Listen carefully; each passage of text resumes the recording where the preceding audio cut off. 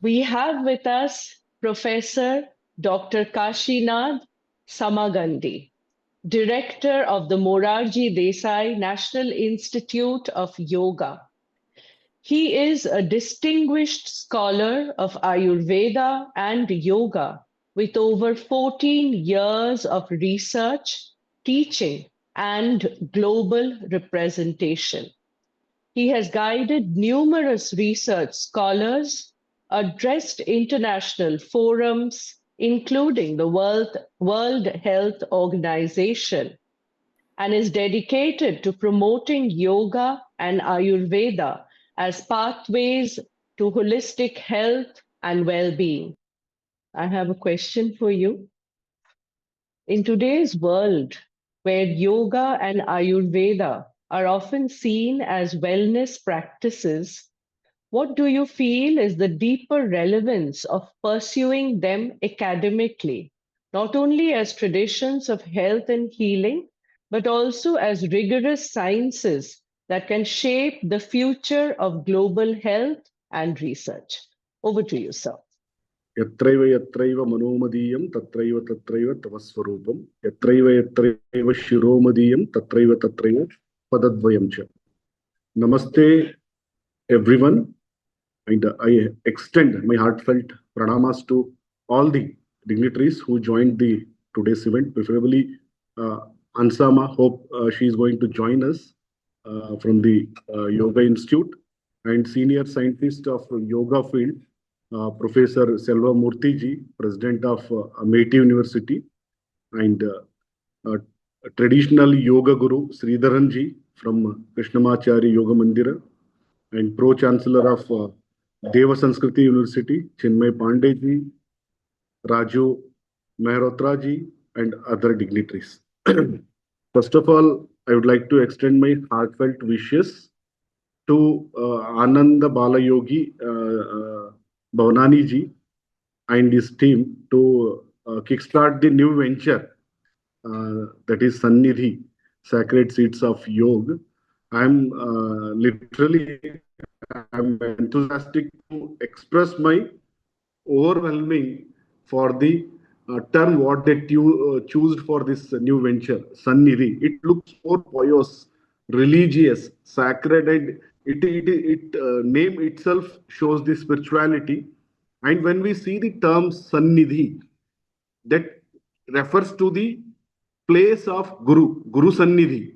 So whenever there is a Guru, that place itself become sacred place.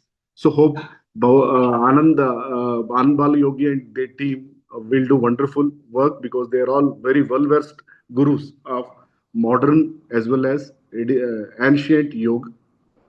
We all know that. Very simple line, everyone know that Eto Dharma Tato Jayaha. Where there is a dharma, there is a victory, no doubt.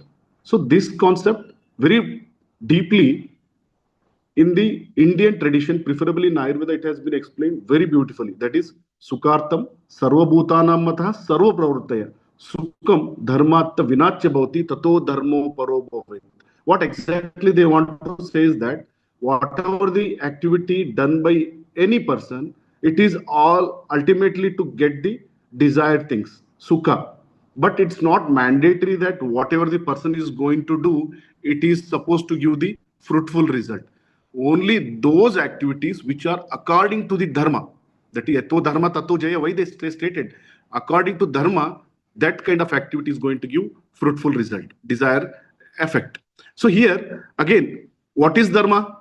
We may ask, what is dharma? So that is Dharayanti iti dharma, which is supposed to be accepted, which is supposed to be implemented in our routine. That is called as dharma. Or very precisely what exactly Shastra says dharma, Kaya Vak Manaha Sucharitaha dharma. Anything which is good for mind, body and verbal, for self and for other. All the activities which is beneficial for this self and other, that all comes under the category of dharma. So that is the reason whenever you are going to practice or whenever you are going to convey anything, it is according to the dharma. Then where we get this dharma? Ultimately, in the text, in the ancient text, it may be Veda, Purana, Upanishads, Smriti, or even in Samhitas, lot of information are explained. So what they explain now exactly most of them became as a tradition. Now many people we are accepted many things because it became tradition. But how they became tradition from there, from where they became tradition, ultimately they became from these texts, these literature, these doctrines, these principles. So all the concepts which are explained these in these uh, textual textbooks or in these ancient literature, so that way that itself considered as the dharma, we need to accept what is there in these texts. Why I am stating this term before I give the answer is that because ultimately yoga and ayurveda, they are no doubt they are preferably meant for health and wellness. Again, before again to understand the impact of yoga and ayurveda on health and wellness, just briefly we need to understand what is health, what is wellness. We know that what is health according to the WHO, we state that it's a complete state of physical, mental, social well-being, not merely the absence of disease or infirmity. But practically what I presume health is the, it is the positive way of saying the present status of mind and body. Positive way of saying the present status of mind and body is called a health. But what is wellness? Wellness is the proactive process of making the choices which preserve and promote our present health and also prevent everyone from falling prey to any kind of mind and body related ailments. So this is wellness. This is the wellness in the sense proactive process. So in Ayurveda, in Yoga, there are numerous concepts, there are numerous principles which focus on these things. So if you want to achieve the complete wellness, you need to accept Ayurveda and Yoga. Again, many people I saw that when it comes to the saying Yoga and Ayurveda, many people utter the term like Yoga and Ayurveda are the two sides of the single coin. But I feel they are not the two sides of the single coin. I feel it's the two part of the same face, single face. I mean to say, see, suppose if you can presume it's the two sides of the single coin, when you toss, according to the probability, getting head and tail is 50-50. So at once you are able to see only one face, one side. So it indicates that if you accept one side, you are going to get the wellness. No, you are supposed to accept both the signs or both the sides at a time. Then only you are going to accept get the desired health and wellness. So I always say that they are not the two sides of the coin, but they are the two part of the single side. Because every time if you want to achieve the health, complete health and wellness, you need to accept each and every science, that is all the Indian traditional science. Because why I am saying that, again, it is not my saying. I am just a duta. I am the messenger. Duta matra sandeshaha yuganurupa kramamatra inyata krute ityartha. In the sense, I am just a messenger. What is there in the science, I am trying to elaborate, I am trying to keep in front of you according to the present scenario. So it's not my work. Even Patanjali beautifully says that why we need to integrate, why we need to accept both the sense simultaneously. He says that yogena chittasya padena vacha malam sharirasya tu vaidyakena. If there is a ailments related to the body, you need to accept the Vaidika Shastra, that is Ayurveda Shastra. If there is any ailments related to the mind, you need to accept the Yoga Shastra. And this is not the verse of only Patanjali. Even Charakacharya also says same thing. He says that Patanjali Mahabhasha Charaka Prati Samskritam Manova Kaidoshanam Haite Harite Haipate Namaha. So he also says that for mana, diseases of mind, you need to accept the Yoga Shastra. For diseases of Sharira, body, you need to accept the Charaka Samhita. So this itself indicates that there should be a simultaneous, continuous integration. People who are victim of the Meda Dhatu, that is where the person who is having the excessive accumulation of adipose tissue in the body, person who belongs to the Shleshma Prakriti. Shleshma is Kapha Prakriti. Person who is obese, who is having the deposition of fat in the body. So who is suffering from the over nutritional disorders, for them it is a mandatory. Then query what we get is that how to assess Meda Dhatu. What is Meda Dhatu? What is Kleshma? What is Kapha? What is Pitta? What is Vata? Where we are going to get information of these things?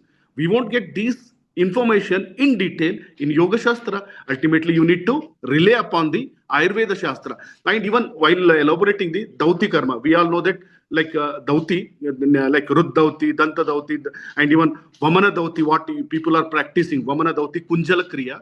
So, what is the impact of Kunjala Kriya? What Shastra says that? He says that Shwasa, Kasa, Pliha, Kushta, Vimshati Kafarogasha. They says in 20 types of Kafaja Vyadhi, Kunjala Kriya is beneficial. Then what are the Kafaja, 20 types of Kafaja disorders? What are those?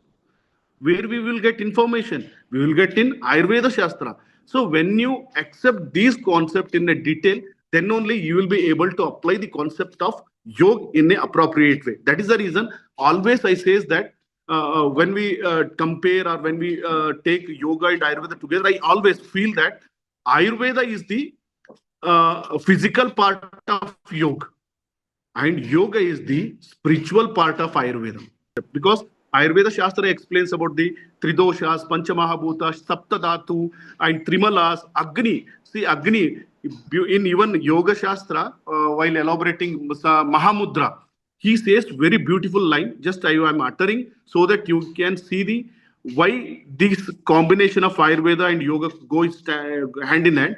In beneficial effect of Mahamudra, he says that Nahi patya patyam varasam sarve api nirasam api bhuktvam visham visham dhiram piyusham api jiryate. That is, if you do Mahamudra, your metabolism, digestion and metabolism will increase to such a level that even if you drink the poison, Visha, even it will get digested and it will give the fruitful result.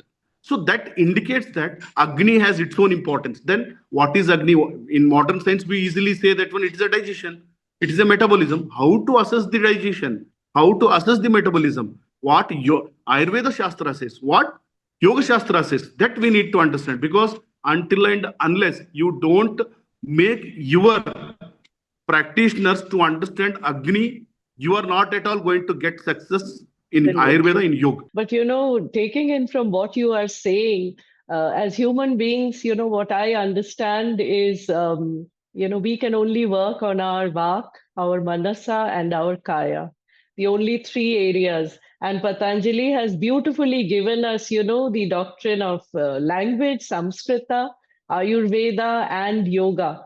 And the humility with which, sir, you spoke to us, it was beautiful. That I'm just a duta, I'm just a carrier, I'm just a messenger of those timeless knowledge which is there with us. Your question was aptly answered by Dr. Kashinath ji, in that why do you need an academic integration is what he is displaying exactly right now. When you can academically understand Ayurveda and Yoga, you will find this cross connection, and then that cross connection will enhance the integration of systems. Today, what has happened is people who are in Ayurveda want to only look at Ayurveda, people in Yoga only want to look at Yoga, people in Unani want to look at Unani. What has happened in modern science? Yes. It is just so wonderful, sir. Really appreciate your sharing of this wisdom, because this is exactly what we would like to take forward in Sannidhi, that we integrate all the different thought processes so that the ultimate end user will be benefited.